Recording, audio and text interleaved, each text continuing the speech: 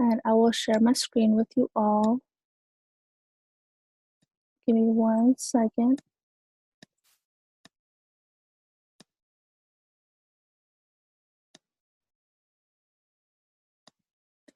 Great.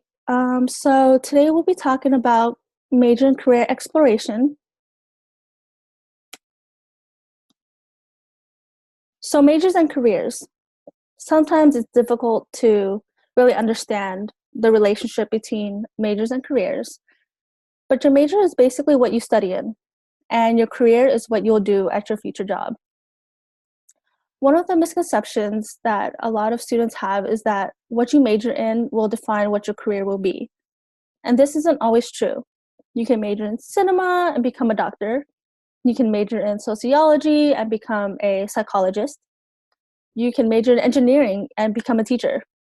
I majored in sociology and I became a teacher.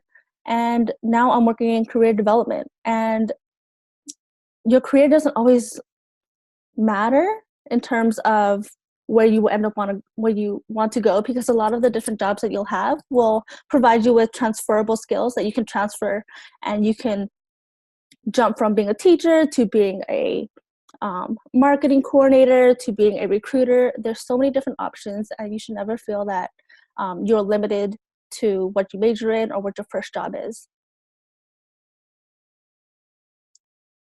But why does this matter? Knowing your major early means that you won't be wasting your time on random classes. You'll have your prereqs and your required courses already set for you so that you can graduate sooner, which means less money spent on college. And there's more schedule time that you can have funner classes. You can have classes where you just want to explore different topics. You can definitely study abroad. You can take on internships and jobs along with your schedule. It's really helpful just to, know what you're doing early on and make sure that you're planning accordingly. And knowing what major you want means that you'll be applying for the right internships. There's no right or wrong internships, and every internships will provide you with great experience and transferable skills. But it's pretty awesome to know that you're in internships that will provide you specific skills if needed. You'll be able to build your professional network early on and accumulate those relationships and really build on those relationships to take advantage of them later on, which we'll talk about more. And you won't be wasting your time at jobs that you don't care about. But like I said, each job and each experience will give you transferable skills. So those experiences do matter. And know that your resume and connections are more likely to get you a job than your major. So be sure to network, go to career fairs, go to networking events, make sure you follow up, make sure that, with every internship and job that you really connect with your manager, your coworkers, because you never know if those relationships will foster more opportunities for you. But do keep in mind that there are majors that you need to complete if you're going into certain industries. That includes nursing, computer science, architecture, and physical therapy, and engineering. Typically, those career paths would like you to major in those specific courses because you do need those experiences and that knowledge. And another thing to note is that for students who are interested in the medical field but aren't exactly sure what they want to major in, a lot of campuses provide students with a pre-med major, and you can major in anything you want. I had a friend, she's really ambitious, but she did major in neuroscience pre-med. But I also know someone who majored in Spanish pre-med, and it's totally fine. Medical schools don't require a specific major as long as you've completed those pre-med requirement courses. And knowing that there's a lot of schools out there, public, private, liberal arts, not all majors are available, but there are very much relatable majors. For example, criminology. If you're interested in that, you can study sociology, urban studies, psychology, social welfare. Business is a very popular one, but it can be really vague. So you can definitely look into economics, accounting, finance, political economy. For pre-med, of course, you can go the science route and study biology, anatomy, public health, and chemistry. But like I said, you can major in other subjects like English, history, Spanish. And here are a couple more examples. And I actually want to show the different majors. I went to UCLA, and these are the different majors that are provided for undergraduates. And it's a pretty big list, and it's pretty extensive, but I think really great information because you can really look at the different majors and the different requirements. So let's go to biology. So if you click on biology, you can get a quick snapshot about what the major is and what you'll be studying. And it's a great tool to not only see if you're interested in this, but if you click on the requirements, it'll show you, oh, this one doesn't, but let's go back and see the other one, the general catalog. Here we go. So here are the learning outcomes of this major, and it also shows you the different requirements that you'll need to take, including biochemistry, statistics, mathematics, physics. And if you're like, I'm not good at math, I don't like science, even though this is a science major, or you're not strong in physics, you might want to reconsider this major. If you're interested in economics, for example, of course, you can always go on these sites and look at the different requirements and see if these are courses that you'd be interested in taking. That was the website. Let me go back to the catalog. Here you go. So economics does have a writing course. I didn't expect that, but it's something that you should look into. So yeah. So make sure you do your research the different majors. And it's okay to not know. You can go undeclared when you enter into your first year, and a lot of colleges actually want you to declare your major by the end of your sophomore year. And it can get a little intimidating, but it's good to know and explore your major early on so that you don't have to spend extra semesters and quarters taking those prereqs that you should have taken your first 2 years. So here are some tips on choosing your major. You don't necessarily have to print out your college list of majors, but you can go through those lists online if that's more convenient for you, and narrow down to your top 5 to 10. And really research each major in detail. Go on the website, look at the different majors, look at the outcomes, look at the details of each major that you'll be studying. What are the prereqs? What are the electives? What does the workload look like? Will you have a senior thesis? Will you have different projects? Will you have an internship attached to that major? Definitely look at whether or not each major is doable for you. Another great tool is to talk to current students. A way to do this is, of course, going and visiting campuses. A lot of campuses have fly-in programs where they create a space for prospective students to, one, look at the campus, but also connect with the students on campus and talk to them about, their major. Do they like it? Do they not like it? Did they switch around a lot? And it's just a great way to get another perspective on each major. And you can also drop in on classes. A lot of campuses usually allow a period, typically 1 to 2 weeks at the beginning of the quarter or semester, where you can enroll in a class, check it out, and if you like it, great, you can keep it. If not, you can unenroll and you won't have it reflected on your transcript. So definitely take advantage of that. I definitely did. And it helped me, make sure I don't take the classes I wouldn't be interested in. And if everything sounds cool, there's always different options.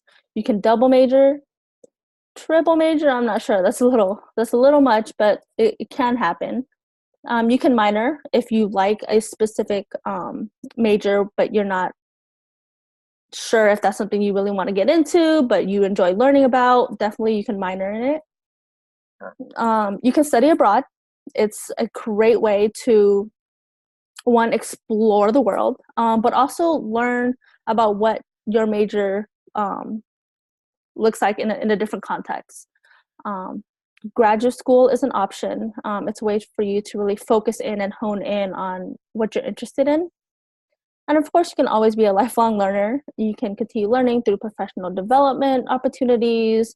And there's a lot of resources out there. So definitely do your research and look at all the different options. And internships.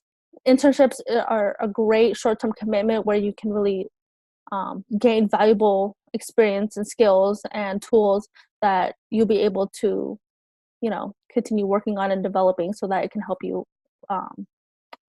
in your career path. Moving on to career exploration. So there's a couple things that you need to consider when exploring a career that you're interested in. One, definitely your interest. What do you like? A great way to start looking at different careers is to read the job descriptions. Indeed is a great website to look at. LinkedIn has a job search. But definitely look at the different roles and the careers that you are interested in and read the responsibilities that you'll probably be taken on if you had those roles. Are those responsibilities something that you can handle? Is this something that you'll be able to do long term and be committed to? And then what companies would you love to work for? A great way to look at different jobs in the companies is to look, of course, on their company website. But you can also search them up via LinkedIn, and you can go on different professional LinkedIn profiles of employees who currently work at that company. And it's a great way for you to not only connect with different professionals, but also get a little bit more insight as to what their job responsibilities are. Is that something that you would be willing to do? Look at your skills. What are you good at? It's great to ask friends what you're good at. Typically, they see you at a better light than you see yourself. And it's a great way to get great feedback and reflection on your strengths. And then what education and experience is needed? Are you gaining the amount of education that you need? Do you need a master's? Do you need a certificate? Do you need additional training? Look into the things that you'll need, and it can definitely help you. And it could be a tool, Microsoft Office Suite, it could be Prezi, Canva, Adobe Photoshop, but it's good to know what tools or software programs like C++, Python for engineers, so that you have those tools ready to go when applying. And then your values. You don't want to undersell yourself, know your worth. So a great tool is to go to Glassdoor. They have a great tool where employees will note their average salary for their roles within the company.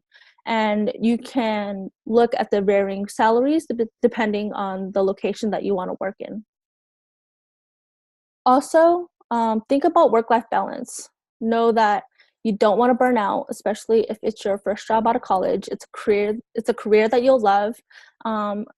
Understand that there's going to be times where you need to practice self-care. So keep that in mind.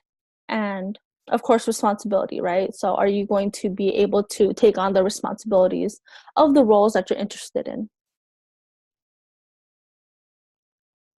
Next. So when starting your career exploration journey, it's a great way to, one, complete internships. It is a short-term commitment. You can join clubs and organizations on campus. I know there's different organizations that hone in on business or hone in on health, and it's a great way to build your network and find opportunities to really explore your interests and jobs. They can be off campus, they could be work study jobs, but you can gain jobs even on college campus, college websites, and find different opportunities to really explore what you're passionate about. You can also take the career exploration quiz. It's a great tool. It is on the Hub, and you literally just click what interests you like at whatever degree that you're interested in them, and it gives you a full-fledged list of different career paths that you can take and the education and the experience that you might need to pursue those careers. You can also job shadow, and this is basically a time for you to shadow or follow someone around their role and see if this is something that you're interested in. And it's a great way for you to conduct informational interviews as well. And there are templates on the Hub for you to email professionals and other potential connections so that you can get a little bit more insight as to what they do, how they got to their company and their role, and perhaps their major and career journey as well. And that could potentially lead to career mentors. And these are,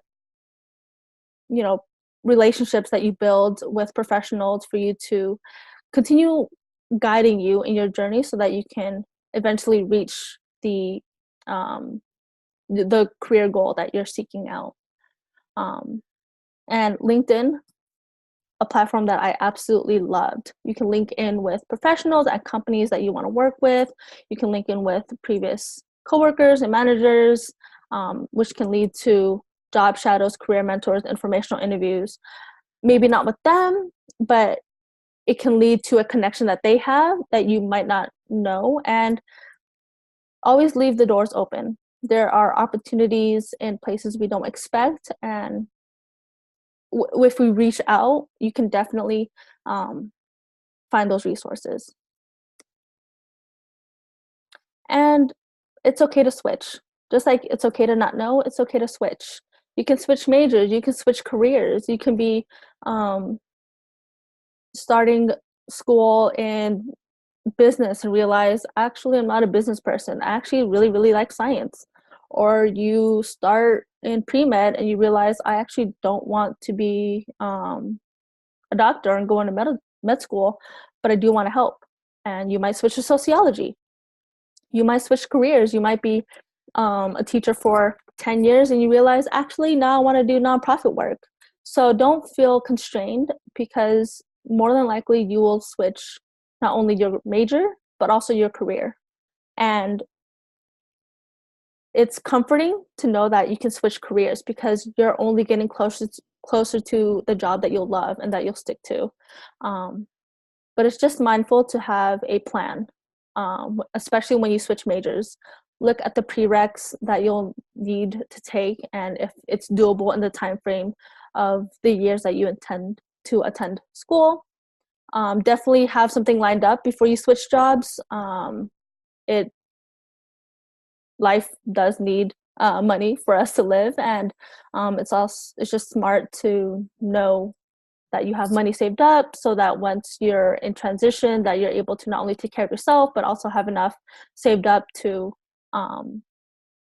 spend before you switch jobs. And that is it. I do have a pre-poll, but if there's any questions, feel free to type them into the chat box right now, and I will start the post poll.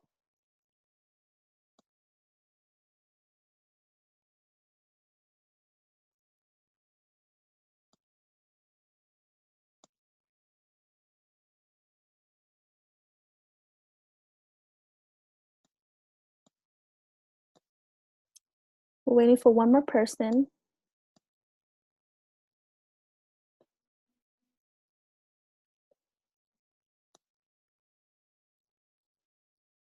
All right, thank you, everyone. Thank you. If you have any questions, feel free to type them into the chat box now.